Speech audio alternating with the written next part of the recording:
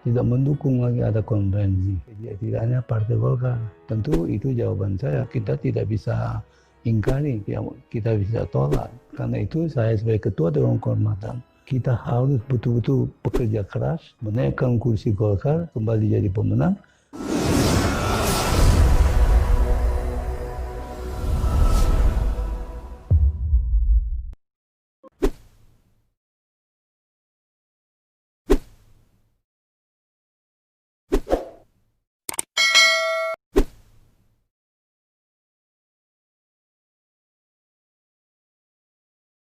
Ya, kita lanjut lagi perbincangan yang menarik ini, dan kali ini masih tetap bersama saya, Bang Akbar Tanjung. Kita ingin pada perbincangan selanjutnya. Apa penting Golkar ke depan harus konvensi lagi agar mengembalikan suara Golkar ini?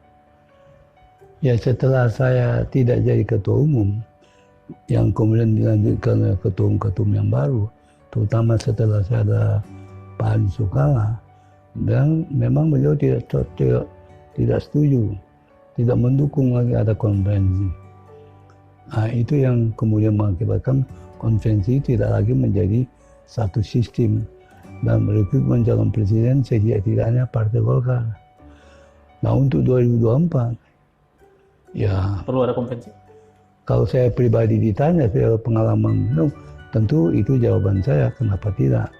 Tapi tentu sudah berubah, ada tuntutan-tuntutan yang ada perubahan-perubahan, itu tentu kita tidak bisa ingkari, kita bisa tolak.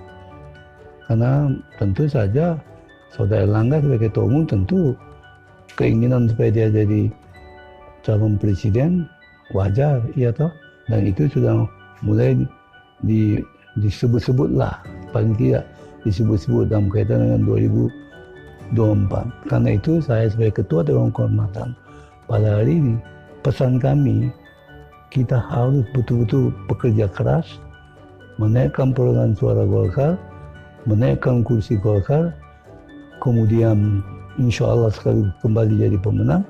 Tentu itu akan mempunyai modal yang amat penting bagi keterpilihan calon dari Partai Golkar yang notabene yang tadi saya sebut-sebut, yaitu Saudara Ketua Umum. Ada pertanyaan yang menarik yang sekarang ini menjadi penting di publik, kemunculan Pak Jokowi. Misalnya begitu mendadak, lalu kemudian mengalahkan popularitas, elektabilitas tokoh-tokoh politik senior yang sudah lama berkecimpung di politik. Artinya publik Indonesia sudah cerdas ingin melihat siapa yang tokoh perorangan yang memiliki tingkat kesukaan yang oleh publik dipilih sebagai calon presiden. Sementara partai-partai politik ini tetap mau mencalonkan ketua umumnya sebagai calon presiden.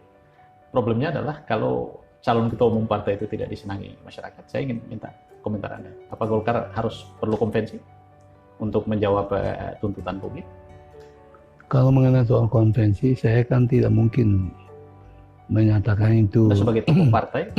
Tapi kalau saya ditanya, saya termasuk yang tetap inginkan supaya rekrutmen calon presiden itu dilakukan melalui konvensi.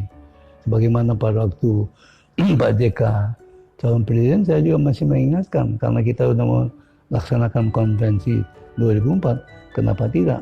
Menjelang 2009 juga kita bikin konvensi, tapi Pak JK waktu itu tidak setuju konvensi. Bahkan ada kata-kata beliau yang kurang memperlihatkan apresiasi kepada sistem konvensi. Akhirnya memang tidak dari konvensi, dan kemudian kita lihat tuh muncullah tokoh baru, yaitu Pak Jokowi, yang kalau tidak dari segi pemunculan Pak Jokowi, tentu itu tidak bisa lepas daripada adanya perubahan dalam sistem rekrutmen calon presiden. Dan kemudian yang lebih penting lagi adalah pada instansi terakhir yang menentukan siapa yang akan terpilih adalah publik, adalah rakyat. Walaupun mekanismenya penetapannya dia itu tidak melalui partai, bukan seorang tokoh partai yang terkenal, tapi karena publik memang melihat orangnya tepat, kenapa tidak? Dan itu yang terbukti. Misalnya Pak Jokowi, saya bisa mengatakan beliau menjadi wali kota, ya, dan kemudian sukses dari wali kota, disebut-sebut seorang wali kota yang berhasil dengan baik. Bahkan pada waktu itu antara beliau wali kota dan gubernur, ada perbedaan pendapat terhadap isu yang ada di kota Solo. Dan kemudian Pak Jokowi tetap bertahan kepada sikapnya dia mengenai soal isu politik yang ada di Solo, dan publik mendukung Pak Jokowi. Padahal yang punya pendapat yang lain dari gubernur. Dan ini kemudian mengakibatkan Jokowi menjadi semakin, mata publik semakin baik. Dan pada waktu itu, opini publik dia begitu baik, berani untuk berbeda pendapat dengan gubernur. Sehingga publik di Solo itu kemudian berpendapat, ini nanti akan jadi calon gubernur kita. Dan kemudian sebelum pemilihan gubernur Jawa Tengah, terjadi lebih dahulu pemilihan gubernur DKI. Maka didoronglah dia menjadi calon gubernur DKI. Dan ternyata alhamdulillah dia terpilih. Kemudian terpilih dari gubernur DKI, sukses. Tidak lama pun terjadi pemilihan presiden. Dan dia ikut lagi, didorong lagi. Dan terpilih. Jadi artinya apa? Artinya memang sistem rekrutmen kita sudah betul-betul terbuka.